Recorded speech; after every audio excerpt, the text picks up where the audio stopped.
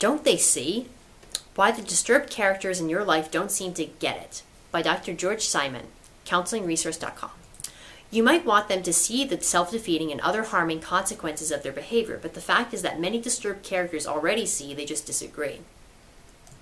Because I've made a career of understanding and dealing with responsibility-challenged people and have written about them extensively, I get an enormous amount of mail and email from folks weary from their ordeals with the disturbed characters in their lives.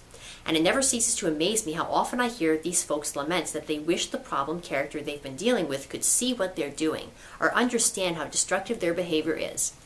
The assumption is, of course, that the disturbed character lacks insight into both the nature of their behavior and the other harming and self-defeating consequence of it. One of the reasons I wrote my first book, In Sheep's Clothing, available on Amazon.com, is because a lot of the victims in abusive relationships, especially those involved with manipulative characters, often spend inordinate amounts of time and energy trying to get the other person to see the dysfunctional aspects of their ways. Trying so hard to get the other person to understand led the victims to feel angry, frustrated, and ultimately depressed and defeated. All the while, they have asked themselves, why don't they see what they're doing?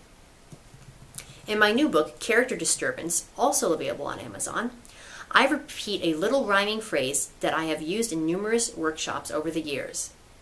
They already see, but they disagree.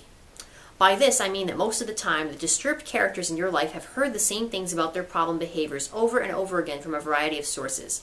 They often understand fully just what it is that others want them to change and what standards and principles most of us would like them to adopt. The problem is not so much that they don't see it. The problem is that they haven't made the decision to accept and adopt the standard. So they make excuses for the way they prefer to do things, blame others for making them do it, or use other tactics to avoid accepting the need for change, while simultaneously trying as best they can to manage the impression others have of them. This explains why disturbed and disordered personalities don't seem to learn or profit from experience. Actually, they learn plenty. But they don't learn what we want them to learn. We want them to learn that it's in their long-term best interest and the interest of everyone else to abandon some of their own core beliefs and patterns of conduct and modify or replace them with the ways of thinking and behaving that many others have found the most adaptive. Adopting a principle or standard of conduct, taking it to heart, and internalizing it is the ultimate act of submission and self-sacrifice.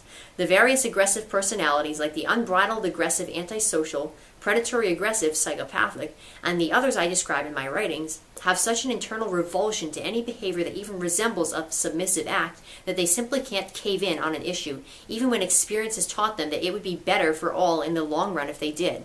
And the egotistic, narcissistic personalities harbor such feelings of superiority and entitlement that they see no need to subject themselves to limiting codes of conduct. So these disturbed characters refuse to surrender their hearts and minds to the expectations most of us more willingly, although sometimes begrudgingly, accept. The key to dealing effectively with character-deficient people is to invest your time and energy where you have the power.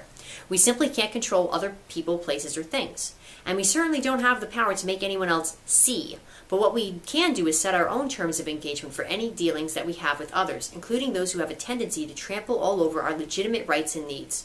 We have the power to set limits, to enforce boundaries, to make clear our expectations, and above all, to determine under what context we will even have dealings with others. These actions can send a message much more powerful than words. And over time, they can even break the destructive cycle of enabling the hurtful behavior of those who have insufficient regard for us. When this happens consistently enough over a wide variety of situations and with many different persons, even the most deeply disturbed character who already sees but who has long disagreed, might find some practical value in trying out some new ways of doing things. Thanks for watching.